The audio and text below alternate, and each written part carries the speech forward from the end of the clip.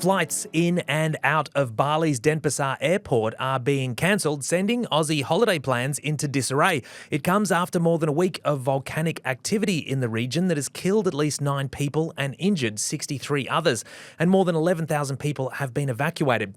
Emeritus Professor Chris Elders from Curtin University's School of Earth and Planetary Sciences joins me now. Chris, what can you tell us about this volcanic eruption? Well, it's fairly typical of the sorts of volcanic eruptions that occur in Indonesia. They tend to be very violent and explosive eruptions that push an awful lot of ash very high up into the atmosphere, which is what's causing the disruption to the flights. Although, of course, also combined with that, there's also very powerful explosives and flows of hot volcanic material at ground level, which is what's sadly caused the fatalities on the island of Flores as well.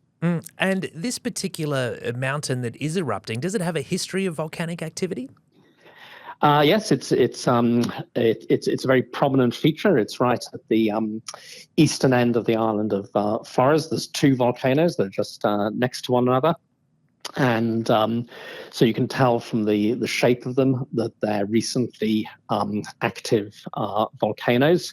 And the sort of present cycle of eruptions started in December last year. So it's been sort of rumbling on for almost a year now. And the most sort of explosive eruptions started earlier in November. So been sort of going on for a couple of weeks now. And based on how long it's already been going, how long could it continue to disrupt air travel, this ash that's being pushed up into the atmosphere? Could it get worse?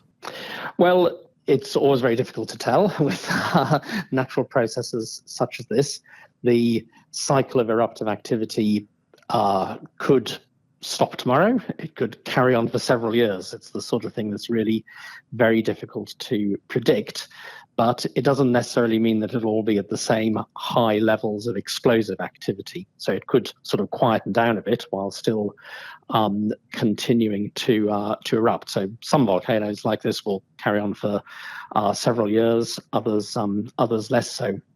But I think the important thing about the extent to which it's likely to disrupt travel, particularly to Bali, is that it's actually a very long way away from Bali. It's about 800 kilometers away, right at the other end of the chain of islands that make up Indonesia. So by the time, it depends very much on the wind direction and how the volcanic ash is getting dispersed through the atmosphere.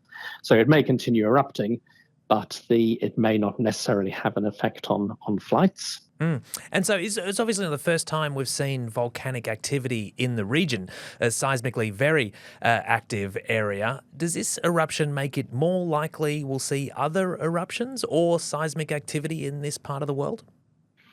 Well, it's as you say, it's a very active area. There's been other times in the past when volcanic activity closer to Bali has disrupted flights. It always seemed to occur during school holidays, although I'm sure the volcanoes themselves didn't know about that. So these things will happen. They'll happen episodically. It's very difficult to predict exactly when an eruption will take place.